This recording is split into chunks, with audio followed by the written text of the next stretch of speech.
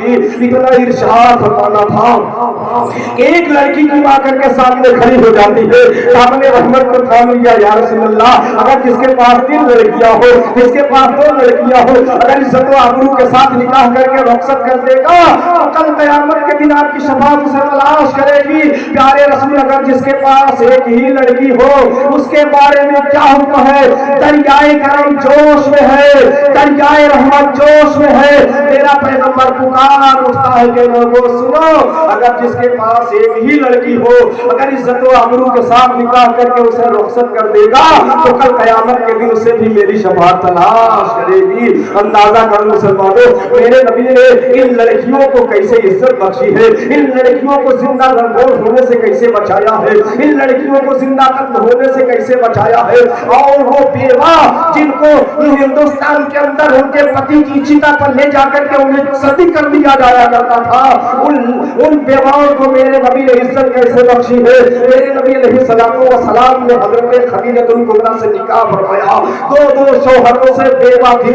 میرے نبی نے دنیا کو بتا دیا کہ دنیا والوں دیکھ لو، بیوہ جو ہے وہ منحوس نہیں ہویا کرتی ہے، وہ خراب نہیں ہویا کرتی ہے، بلکہ پیغمبر نے نکاح کر کے جو ہے بتا دیا کہ وہ بھی باعزت ہوا کرتی ہے، عزت والی ہوا کرتی ہے۔ تو حضرات محترم، نبی علیہ السلام کے نقش قدم پر چلنے کی ضرورت ہے، نبی کے بتائے ہوئے راستے پر چلنے کی ضرورت ہے، نبی کے احکام پر چلنے کی ضرورت ہے۔ اسی لیے آج ہم ذلیل و خوار ہو رہے ہیں، اسی لیے آج ہم تباہ و برباد ہو رہے ہیں، اسی لیے آج ہم ستائے جا رہے ہیں۔ کیوں؟ اس لیے کہ طریقے مصطفیٰ کو چھوڑنا ہے وجہ بربادی۔